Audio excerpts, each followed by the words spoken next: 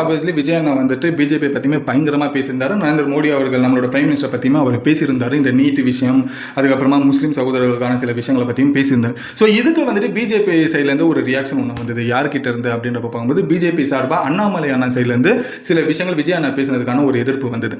உதாரணத்துக்கு இப்போ அண்ணாமலை அண்ணா என்ன சொல்றாரு அப்படின்றப்ப பார்க்கும்போது, ஸ்டாலின் அவர்கள் வந்துட்டு அவர் அங்கிள் ஸ்டாலின் அப்படின்னு சொல்லி கிண்டல் பண்ணிக்கிட்டு இருக்காரு. ஆனால் அவரோட வயசுக்கான ஒரு மரியாதையை விஜய் கொடுத்துருக்கணும்.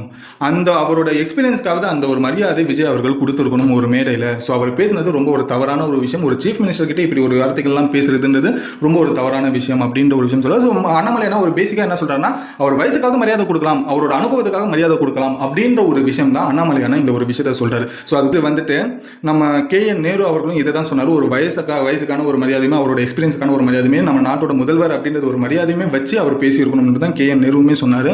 அதுதான் இப்போவும் அண்ணாமலை அவர்களுமே சொல்லியிருக்காரு அப்படின்றது ஒரு முதல் விஷயம் தெரியும்.